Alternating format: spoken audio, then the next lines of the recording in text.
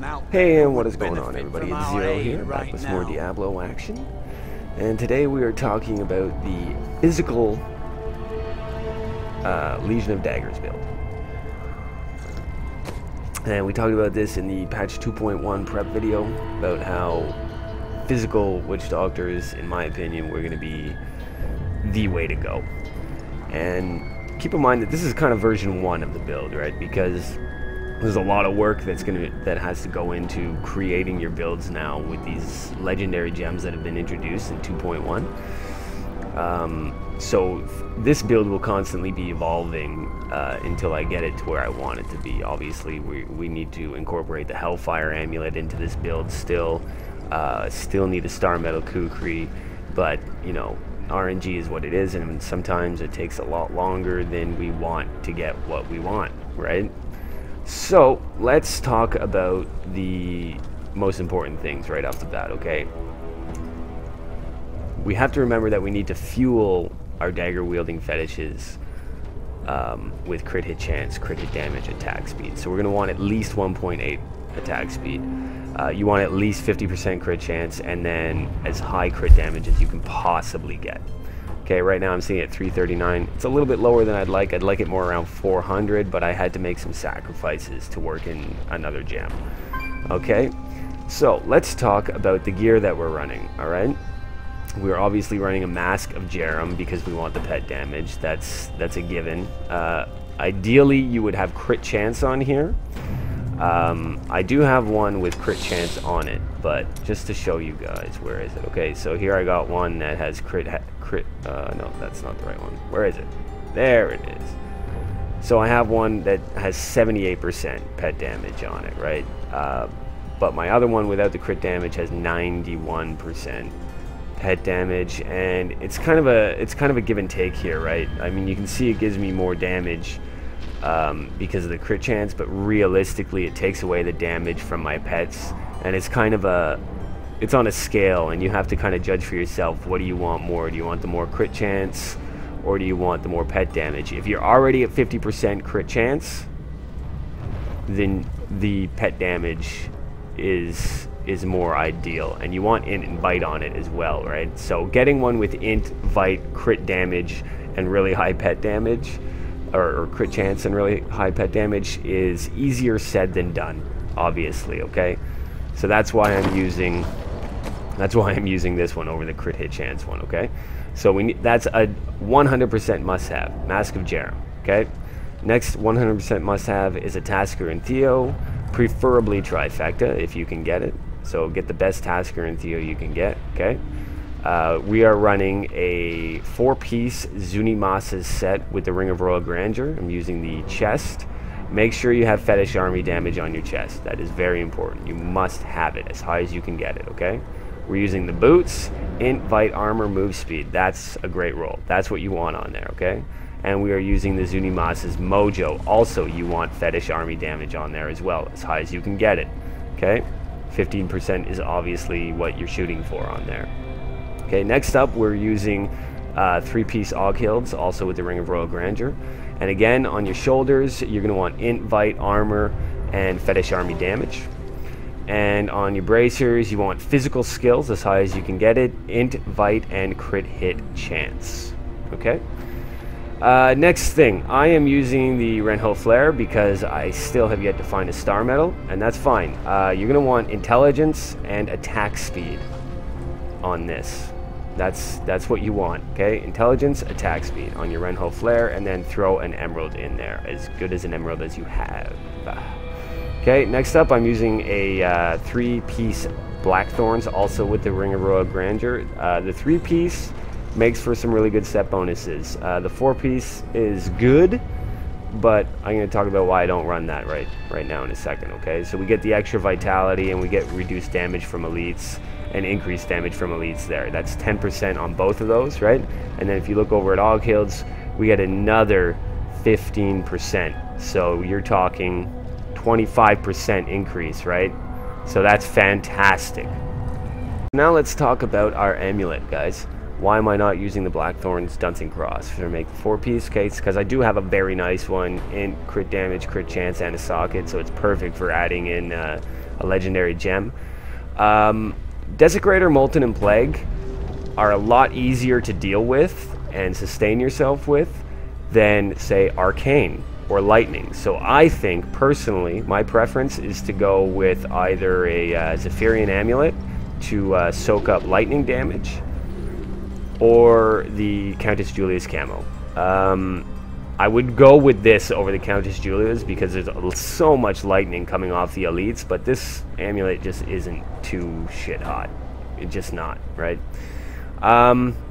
So what I'm using is the Countess Julia's camo. You want to put the crit chance on there, or the crit damage, you know, wherever you need to put your crit hit chance and your crit hit damage, whether it be your rings or your amulets or your weapons or your gloves or bracers. Put it wherever you need to put it to get up to 50% crit chance and as high crit damage as you can, and obviously the attack speed 1.8. Okay, so yeah, that's the main part of the gear. Now let's talk about the legendary gems, because these legendary gems are what really make this build come alive. Now, as you guys can see, I only have 19% physical damage increase, which puts me at 1.3 million effective DPS, right? But let's just go over here for a quick second, and I'm gonna take this gem out of here and show you guys something. All right, so let's go here. 1.3 million. So I have that gem in there, but it's not taken into account with your effective DPS, right? So let's put that back in there. See, as you can see, it remains the same. Okay, so what legendary gems are we going to be running? We're going to be running the Enforcer, and you want to get this gem to rank 25 before all your other gems. This gem is amazing. Increase the damage of your pets. Okay, the base is 15%, but as you rank it up, it's going to grow. Mine's at 22.5 right now. When you hit rank 25 with this gem, your pets are going to take 25% less damage. So, like, they're just tanking it up already, and now they're taking 25% less damage. It's amazing, right? Next thing you're going to get, or you're going to want to get, is the Gogok of Swiftness. And it starts at 50% is the base at rank 1. 50% chance on hit to gain swiftness. Increase your attack speed by 1% for 4 seconds. This effect stacks up to 15 times. Why is this so good? Because your pets benefit from your attack speed. Okay, remember that. Your pets benefit from your attack speed, your crit damage, your crit chance, right? I'm at 1.8 standard. When this thing buffs me and stacks 15 times, I break 2.2. That's a big deal. 1.8 to 2.2 is a huge jump for attack speed, okay?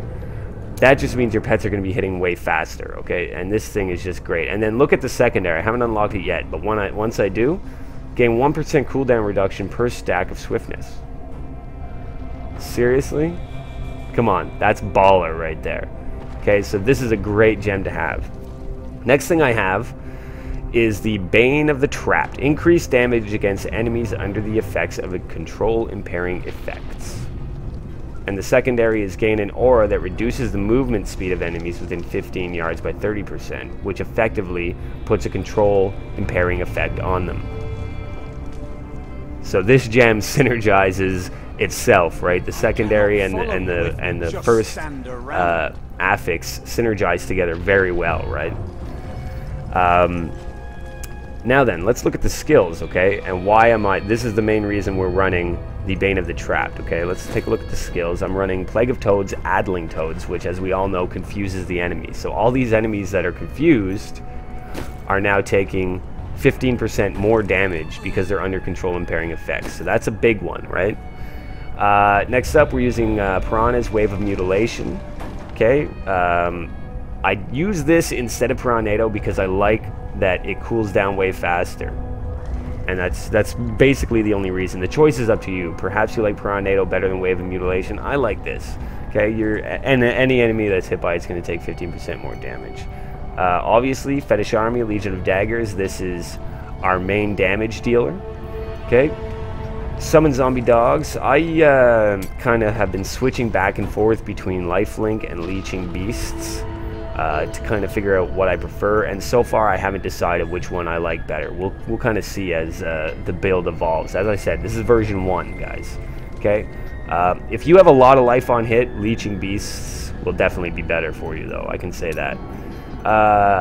Big Bad Voodoo, Slam Dance. This is in here for obvious reasons. You drop this down when you get into elites, and your pets just wreck freaking face. Okay. Spirit Walk, Honored Guest. You can use Jaunt or really whatever you want. I prefer Honored Guest. And now let's look at the passives. Fetish Sycophants, obviously, because the Fetish Sycophants now stack with the Fetish Army, which means you can have an absurd amount of dagger-wielding fetishes out at a time. Pierce the Veil for a straight-up damage increase. Grave Injustice for cooldowns. And Zombie Handler. This one is a little bit up to you. I like it because it increases my HP pool. So if you have under 500k life, I would suggest going with Zombie Handler.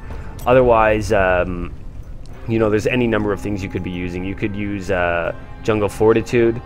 You know, you could use Gruesome Feast. You could realistically, you can use whatever you want in this slot for right now. But really, I like using this.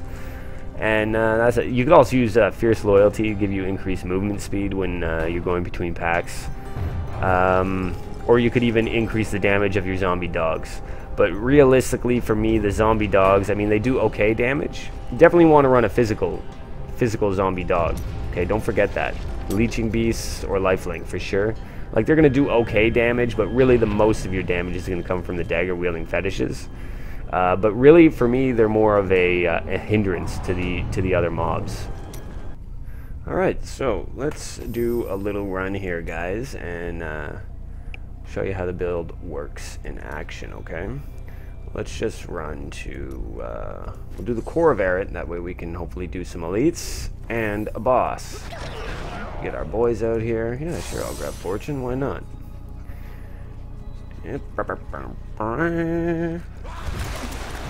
So, we're going to start doing some damage right away.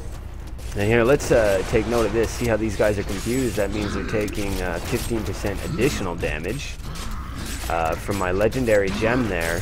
And if I bang them with a wave of mutilation, that adds an additional 15% damage that they're taking. It's all about the synergies, guys. Everything in this build is meant to synergize. Okay, and that's something you really want to focus on when you're working on a build. You don't want things to not synergize. Okay, and I know that maybe that sounds like common knowledge when it comes to Diablo, but a lot of people actually tend to forget that. They'll have things in their build that really don't work well with other skills, and they really don't synergize, and in effect that hinders you. When you have skills that you're using that don't synergize well, you're hindering yourself, because if you were using skills that synergize well, you'd be performing better, quite simply, correct? So I hit him with that, and he's confused, and it's 15 and 15, 30% more damage, right? We got an elite. Oh, we got double elites, and we'll try and do these guys without the slam dance here, okay, guys? Just to show you the power of this build. We're not going to use our slam dance. We can get away with it, okay? That's one pack down. And the other one's almost dead. You notice we haven't lost pet yet either. Right? See how easy that was? 2 packs. We didn't lose a single pet. Thanks. That's due in part to our Enforcer gem. Gobbies! Hello, boys!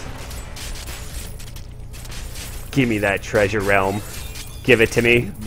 Give it to me. Oh. No treasure realm this time. That's okay. That's okay. Alright, let's go fight the boss. And watch how fast this guy goes down. T6, remember that. T6. Okay, once these pets, they get on target, man, that's it. You're over. Mobs don't stand a chance. Elite, boss, or otherwise, man. It don't matter. Especially if you get a slam dance down. You get them confused, it's over. Watch. Look at his health. He's just dropping like no tomorrow, man. I don't even look. I don't. There's not even any Fetish Psycho fans out yet. I didn't spawn a single Fetish Psycho fan for that, and he went down in like half a minute or less. Okay, I obviously wasn't timing it.